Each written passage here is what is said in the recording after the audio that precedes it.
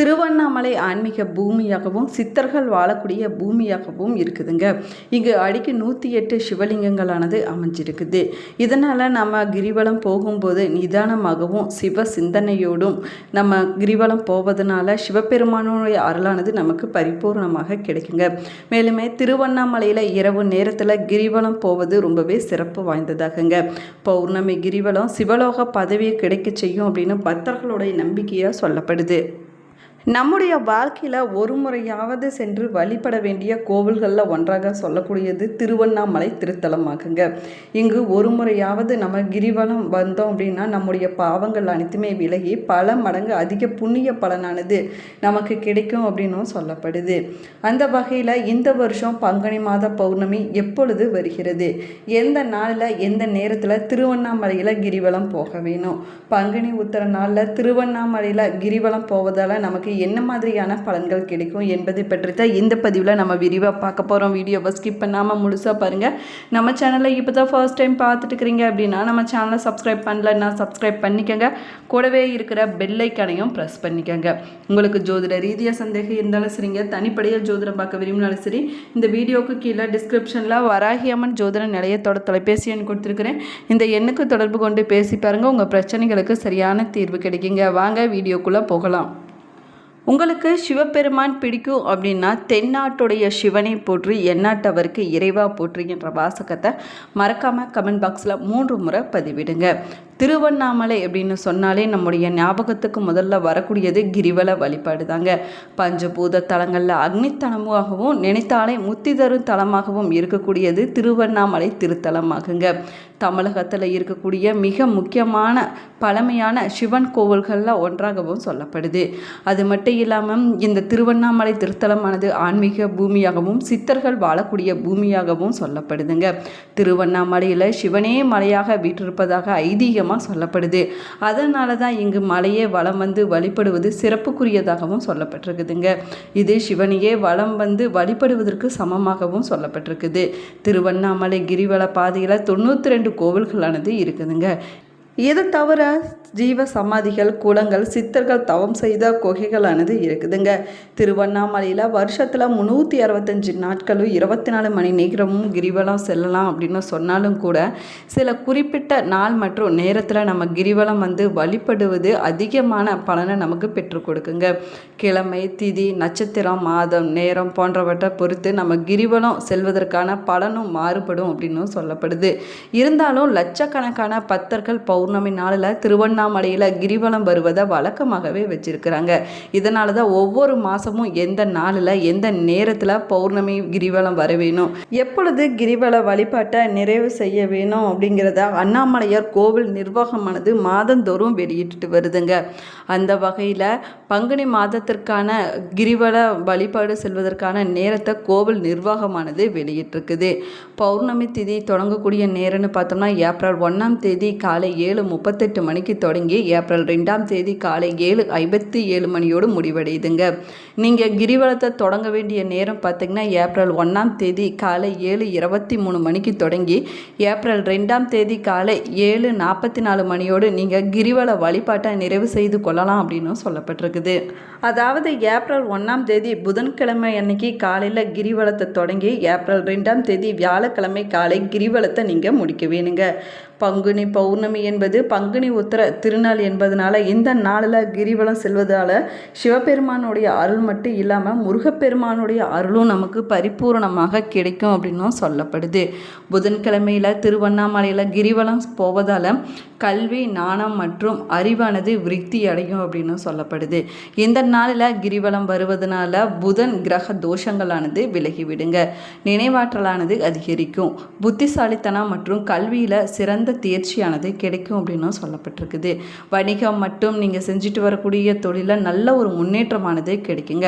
புதன்கிழமை நாளில் திருவண்ணாமலையில் கிரிவலம் வருவதால் உங்களுடைய பேச்சு திறமையானது அதிகரிக்குங்க.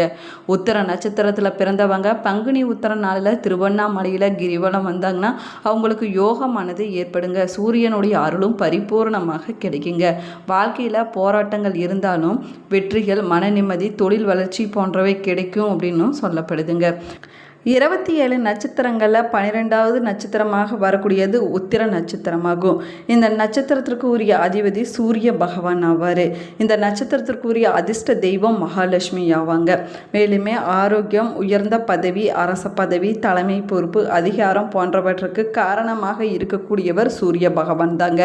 அதே போல செல்வத்திற்கு அதிபதியாக இருக்கக்கூடியவங்க மகாலட்சுமி தாயார் ஆவாங்க.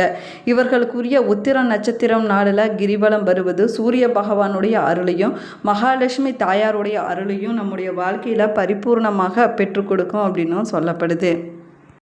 சந்திரனுடைய ஆதிக்கம் நிறைந்திருக்கக்கூடிய பௌர்ணமி நாள் வழிபாட்டிற்கும் கிரிவலம் செல்வதற்கு ஏற்ற நாளாகுங்க. சந்திரனை தலையில் சூடிய சிவபெருமானையும் குல தெய்வத்தையும் வழிபடுவதற்கு ரொம்பவே ஏற்ற நாள் இந்த பௌர்ணமி நாள் அப்படின்னு சொல்லப்படுது. சிவனே மலையாக வீற்றிருப்பதாக பக்தர்களால் சொல்லப்படுதுங்க. திருவண்ணாமலையில் கிரிவலம் வருவதனால சந்திரனுடைய கதிர்கள் மலை மீது பட்டு கிரிவலம் வரக்கூடிய பக்தர்கள் மீது எதிரொலிக்கும் போது அவர்களுடைய வாழ்க்கையில் மிகப்பெரிய மாற்றமானது ஏற்படும் அப்படின்னு சொல்லப்படுது.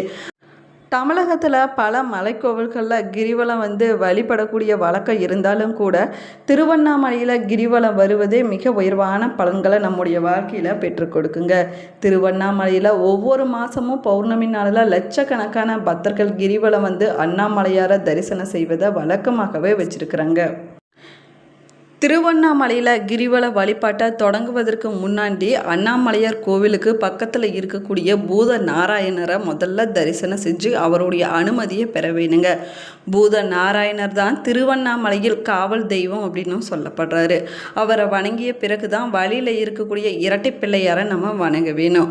அதற்கு பிறகு கோவிலுக்கு சென்று அண்ணாமலையாரையும் உண்ணாமலை அம்பிகையும் நம்ம தரிசனம் செய்ய வேணுங்க.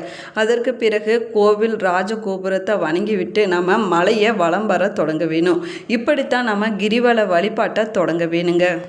திருவண்ணாமலையில் இருக்கக்கூடிய மலையானது 260 கோடி ஆண்டுகள் பழமையானதாகுங்க.